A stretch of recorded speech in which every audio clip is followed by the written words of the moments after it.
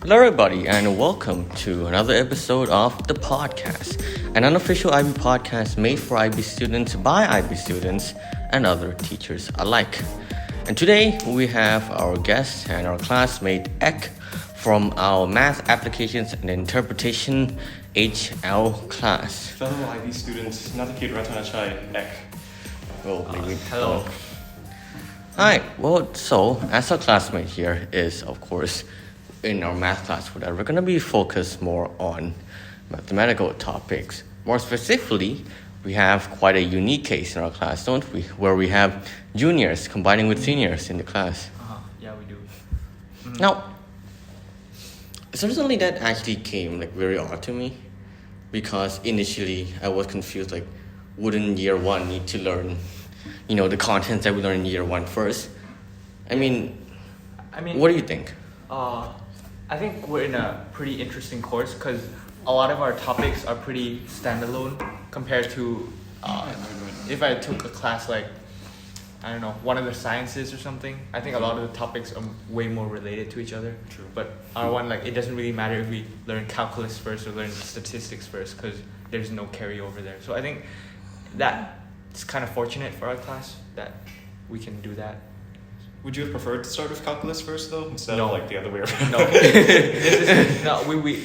We started off with things we already did in 10 accelerated, and it made me ease up a lot easier. I felt like the very beginning of the year was pretty easy. Pretty easy, yeah. The triples and all that. And I think that was good to have one Okay, class. What about later in the year? What about later in the year when we started doing Euler's number alongside the sine cosine graphs? I think it's good that we got to ease into it. I'd rather ease into it and transition. Yeah. I think the start is half the race. Or something like that. I don't remember what the quote is, but yeah. I still get that. You start. What about the fact that we're the first IB Math AIHL class to begin with? Do you think this proves issues for us, considering we don't have any past papers or resources to go off of? Yeah, it's a bit of a disadvantage in that sense, but also I guess you could say it's somewhat of an advantage, as in comparatively, if you're someone who doesn't need all that stuff anyway. Personally, I don't use past papers that much, so comparatively maybe it's an advantage, but I don't it doesn't really matter to me if 10% or 20% of people get a 7 or something like that, as long as I'm doing well. I don't know. I'd assume isn't actual our IB score graded on a curve anyway, so if the course is new to everyone in the world, then obviously is it all graded on a curve? It's the IB scale. I think the scale to get a 6, 7, and 5 is on a curve. Because I remember seeing a person, I don't know something, they got around 80 something % on their overall for that class, but I still got a 7. Still good. I mean if they do put a 7 based on percentage, let's just say for our school you need a 92% to get an A. If they put if you want a 7 you need to get a 92, then that's gonna be a pretty considerably reach. And it doesn't exactly fit well with the GPA system, because we already have I've got how many letters in there? A, B, C, D, E, F. There's only 6. There's only 6 letters, but then there's 7 IB grades. Even probably 8 if you count 0. But so it's hard to scale around that. Yeah. Well, to be honest, IB grades are kind of different from AP in the sense that IB is a lot more holistic in my opinion, because for certain classes. Yeah, because AP you're just going by mark schemes. I think it's just going by literal score, mark schemes, and then you get a score, and then that's your grade. But then IB, you have things like IAs and stuff, which isn't, even though it's numerically judged, but it's a lot more holistic than just doing one test and getting graded on that one test. Right.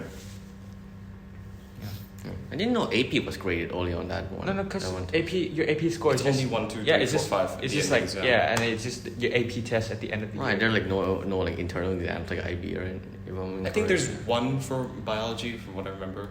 There's like a big like lab report that you have to design in the middle of the But it's year. probably not as like prevalent But as it's not IB. but it's not going to be as prevalent as the Oh, IB. I didn't know that. Because the only AP course I took was AP Statistics, and then, like there wasn't any. there wasn't any, and the only thing that contributed to your AP score is just the test at the end. But of course, there's like school grades and stuff Right. all the time, like tests, but then for the AP score, it's just the end of the year, one test. Do you feel like the way they're scaling certain grades this year, like according to like 1, 2, 3, 4, 5, 6, 7, are translating well to A, B, C, D, E, F? Like, do you think? Well, this is a similar question to what Shin's asking, but my main point here is: do you think it's sometimes unfair and sometimes like it's different, not really standardized between each teacher, depending on how they like grade you?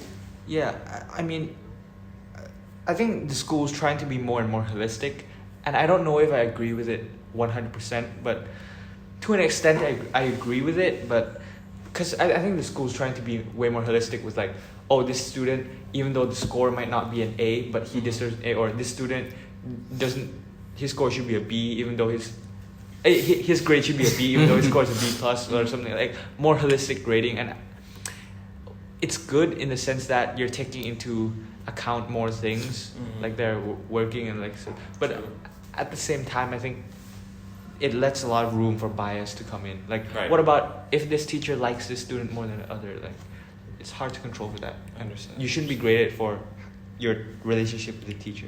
Do you like the new reassessment policy though? I'm sorry for detracting. Yeah, from it's the fine. whole- But I like it, honestly. I think it's okay. I'm kind of contradicting with myself a little bit, but I think that's something that makes sense. Because if you think that the purpose of learning is for people to learn and not for students to get grades, I think it makes perfect sense. The only downside is I think a lot of teachers don't really want you to reassess because it's like more work for them. Like, imagine if everyone reassesses every time, like 2-3 times each time. Like that's not fair for the teacher too. Yeah. I mean, this is kind of similar to like that. I think it's like in 10th grade where one of our math teacher, we had Mr. Paul, right? Mr. Paul. We had Mr. Paul. Who do you had? Mr. Ron. Mr. Ron. I was with Mr. Ron. But then I remember our math teacher. I remember our math teacher saying like if we do well on the final exam, if we get like a much better grade, he would like bump up like our overall grade up to like what the final exam represents. And also kind of like similar to like a class I took in econ, where he was like, the work now you do whenever in like the beginning of the semester or we just came back from like a winter break, like our grades would like tank so hard, and then our teacher was like, it's fine that your grades are tanking now, as long as you're doing well later on he will like be able to like manually bump your grade up. It's like signify your actual growth and not just from like one bad streak that you had like in 1 week when maybe you weren't having like the best day or something. Yeah, that makes sense. But do you think that also makes students not try as hard during the beginnings? Like, oh, it doesn't matter if I fail now, I'll just learn it later. I'd be lying if I said I didn't think that was the case, but there's also other like benefits to it too. Like, I'd say better time management. You can scale things better. You can like prioritize certain exams and tests like over others. So I wouldn't say it's all too bad with like allowing students to schedule their time better. But yeah, I get what you mean by students slacking off because of like the option for reassessment. But yeah, I mean, I guess it's on to another topic though, like, okay, the IB diploma, we've been at the halfway mark right now, right? And through all your experiences, we're past the halfway mark. Through all your experiences, if you had to go back then and change one thing about like the way you've been operating up until now, like if you can go back to like you at the beginning of your IB year and like tell yourself, please do this differently, like which one advice would it be that you had to offer? In academic research, start doing your EE since year 1. Like I started like finalizing the topic and everything beginning of summer. So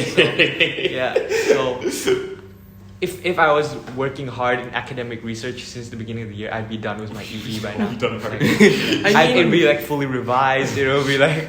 But don't you think like it'd still be we really shouldn't, because I mean academic research, like our extended essays are like important and such, as it there's like a matrix in our grade, what we get in academic research and what we get in TOK, and then how many points we get on those criteria, and I think they add up to 3.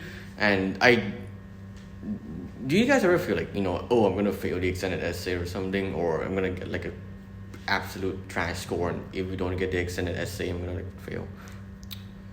Well, the thing is, I think my case is gonna be a bit different than yours. Like, okay, in all honesty, even though I don't like seniors that preach like, oh, I wish I didn't take the IB diploma.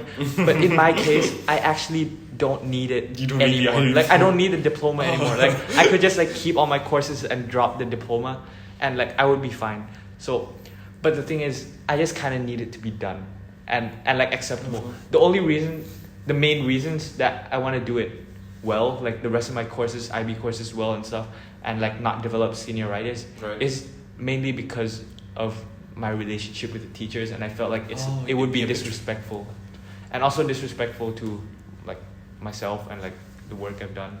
I guess like in all honesty, I don't even need my like real IB grades after my predicted. Like, it doesn't matter that much to me that I get a high score on like my final IB exams, but I think I would be cheating myself, the teacher, like the statistics of students in the school. I don't know. And also my brother's coming up. Like if I just like get into college and I just like not come to school, it will paint a bad impression on my brother. Right. I don't know. But to relate back to Shin, I understand what you mean by that feeling of dread about the EE just coming up. If it's fine for me to relate this to another topic, do you feel like, well, the EE is something that students are unprepared getting into? Like, if we were to ask you, have you written anything to like the same caliber of an EE before like attempting the IB diploma? No, I think that's the real point of it. Because the thing is, your IAs and your EEs and stuff, once I'm done with it, like for example, I'm nearly done with my chemistry IA. Nice. I look, well, I mean, I'm done with the lab, but then I look back on it and I'm like, I could have finished this in like a few weeks in year 1. Like, if I had if the idea and everything was finalized. But then the thing is, it's not there. Like, for example, I just finished my portfolio for Chula. Oh. And I thought about it and I'm like, wait, I could have finished this entire portfolio in like a week, less than a week over quarantine. But I never touched it. Starting is the hardest part. And I think it's the same with the EE. Like, once you kind of get it rolling, it kind of just works. But then once you're done with it, you're going to look back and it's like, wow, that wasn't that hard. But before you start, it's going to feel so overwhelming. I kind of went on a tangent there, but I gotcha.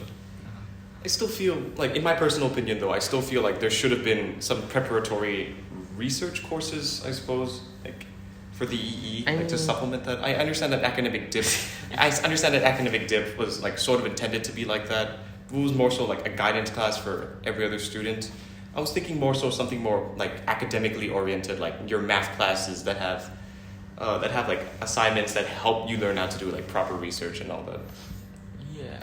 To be honest, for me, I feel like extended essays and these IAs are not like the thing that we're like kind of like be prepared to do. I feel like more of these like long essays and research are the preparation for us in colleges more. Because I feel like, because I've heard stories of in colleges, you write like these like essays like like a week, like all the time, and I feel like the IAs and E are for us to get more familiar with the structure overall and the research overall.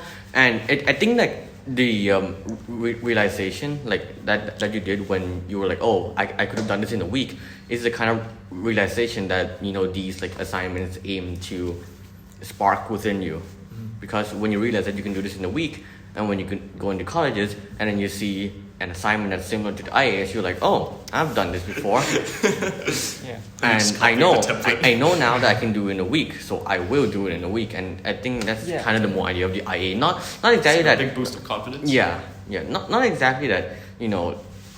Yeah, we should have been prepared for the IA. I feel like the IA is the preparation. Yeah, I agree with that a It's lot. different.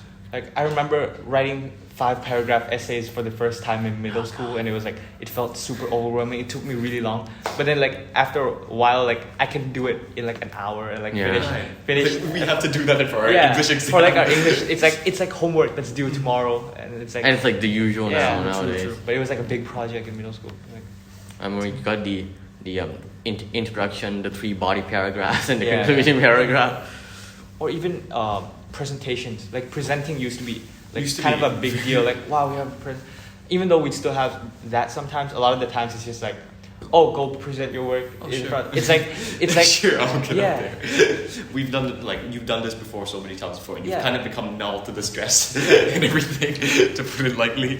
Like I see a lot of people. It used to be that most people were anxious to present, and now it's like almost no one is anxious to present. Like it's just The literally scale talking. is just so much bigger now. Yeah, it's literally you're in front of the class. You're just talking to your friends. You realize that there's nothing at all to be anxious about. I mean, it is kind of like a prep for the future where, if we become like, have to like present work in front of like other like colleagues and workers that we do in our jobs in the future, that's something we're going to have to get used to. And if we don't develop the confidence that we have now within school, we're not going to have the confidence to do it outside. Yeah, that's true. Public speaking, man, is like one of the most It's a very important skills you learn. Yeah. I mean, so much for going on the public. You can't really go out now. We go into public speaking, we're gonna like get thrown into our house. But do you think public speaking is a talent, or do you think it's something that we develop? It's like a TOK question. It's already hurting his head. Well, I think public speaking is. Okay, I think it's a developed skill in my opinion. Oh, you think it's developed? I think it's. Well, it'd be incorrect of me to generalize it as either a developed skill or a talent. It's True. definitely an intermingling of both. But True. I think you can definitely make a bigger influence on it if you view it as a developed skill, I suppose. Yeah, that's true. I feel like our like past experience also have influence on our ability to public speak. Like let's say a person like grows up in an environment where they get like very like shut down often by their parents and their friends, and then they don't have many people. They might not be as confident to speak out because they fear repercussions. Yep. Whereas someone who were encouraged by their parents or go to like a live in like a good neighborhood where their friends, their playmates have like good communication, they're able to like communicate well with each other, then they're in my opinion, just more likely to be able to express more opinions more comfortably with like other people. Yeah, definitely. I don't know if this is a hot take or not, but when it comes to public speaking, do you feel like confidence is the most important thing going up? Do you feel like even having confidence about something you haven't like studied or researched at all will make your presentation like 10 times better? I think confidence is the key to a lot more things than just public speaking. Just But public like public speaking, definitely, in my opinion. Like I think, it's a lot of the time, people can't listen to what you have to say like 100%. What I mean by that is that the content that you're saying, basically like half of it just goes through one ear and out the other. Right. But what they can recognize all the time is your charisma and your character. Like I think charisma is something that you just look up there and you're like, oh, you can see this person's like,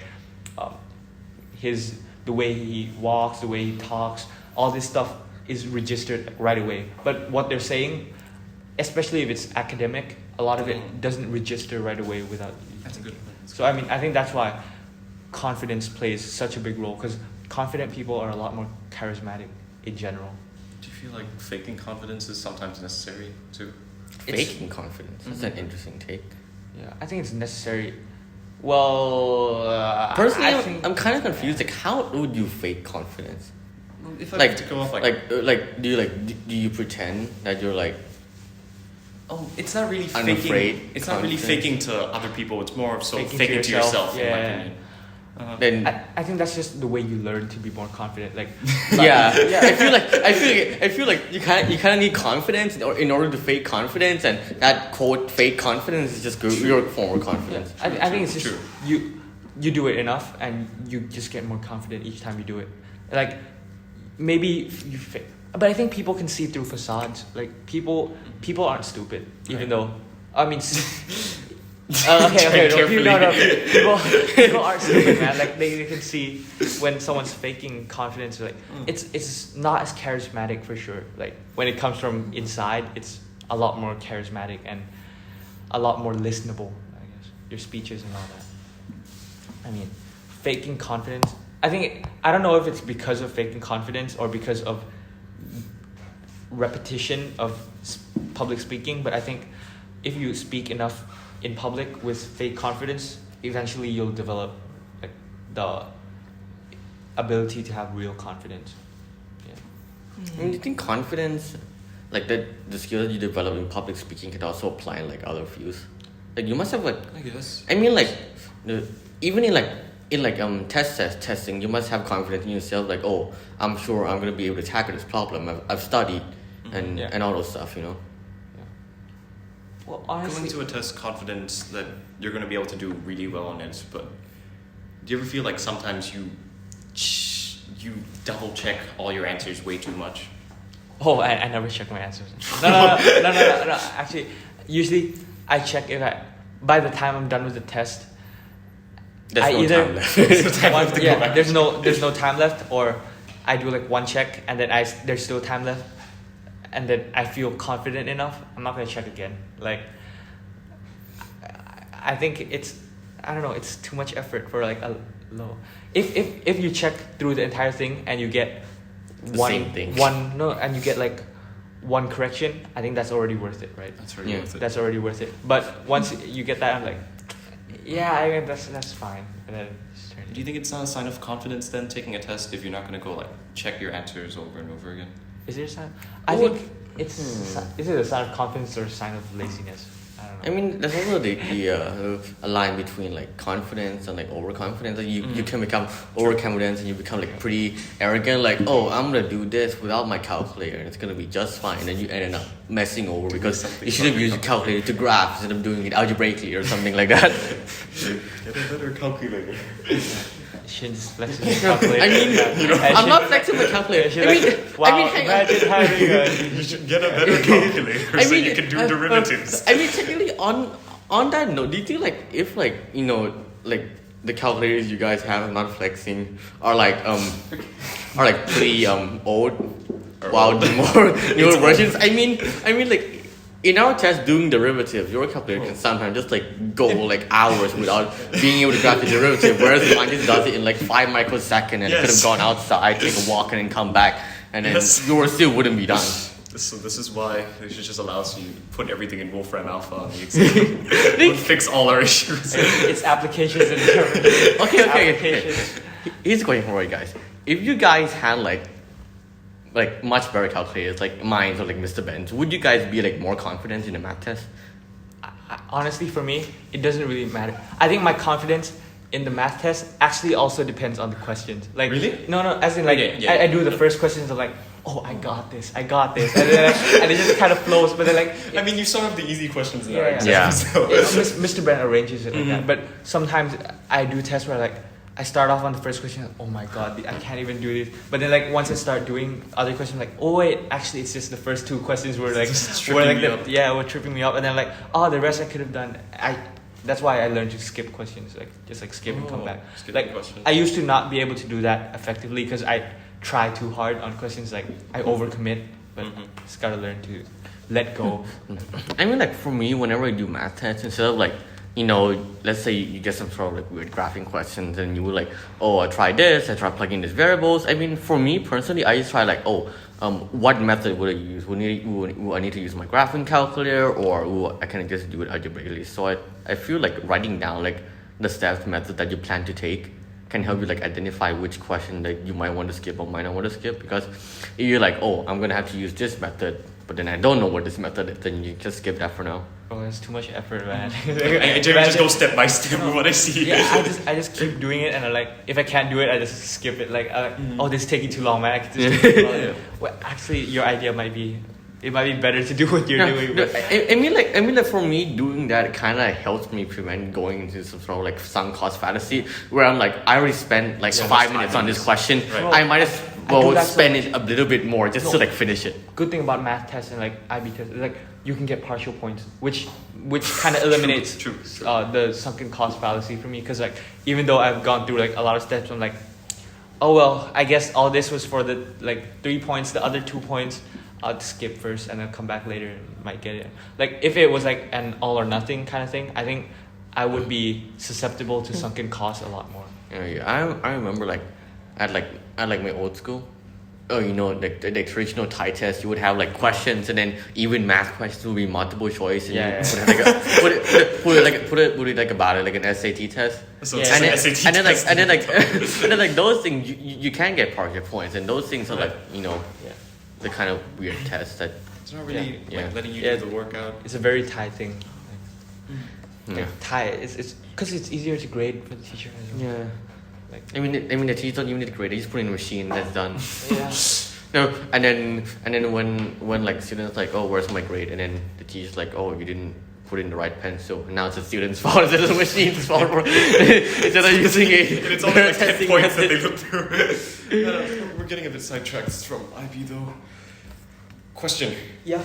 do you, like generally though, do you think people tend to look at Math AAHL and think it's more difficult than Math AIHL?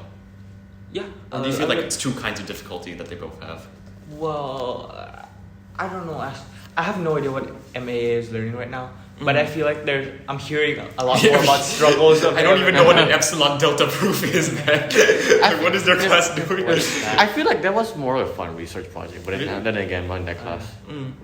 I mean, even stuff that we can say and then they're not gonna know how to do, but in reality it's like pretty simple. Things like Right. Voronoi diagrams, like Voronoi oh, diagrams. you know how to do like Voronoi diagrams. Bro, you don't have to graph theory. Just draw the line. Oh, we're learning about graph theory, bro. Yeah. Yeah, but I mean, like in reality, What do you think the hardest topic then this year for Math AI? hardest topic. Yeah. God, hardest topic we've I gone hate through. geometry so much. Geometry. Did we do We geometry? did geometry at the beginning. I don't like geometry either, so No, I like geometry. like 3D geometry or like 2D. 2D geometry is fine. 3D's no thank you. I think I can like visualize shapes pretty Seriously? well. Like that's one of the things. But the thing is, I think I'm pretty weak on a lot of things actually. But like, I think my algebra is weaker than my geometry, probably. Yeah, because The two of them kind of yeah. interrelated though. I think it's like Geometry? simplifying or like seeing, you know, a lot of the times I think I can do like everything on the course, but I can't do everything at the same time. Like if I review for it and I'm like, oh, I can do this, and then once I move on to the next topic, there's like, oh wait, I kind of forgot how to do And you that. forgot to do the last one. On 2 tests ago, I was like, how do I do the difference of squares again? What are the different squares factor out? And like I couldn't think. Yeah, like, it's just like seeing the pattern. You think like some of the old concepts we learned in like middle school and stuff is gonna like fade away, and then we just rely on calculators like long division? What is long Long division? No, What is long division? thing is, I actually do a lot of stuff by hand because I need to do it for BMAT. Oh. BMAT, there's there we no go. calculator for BMAT, so Yikes. yeah.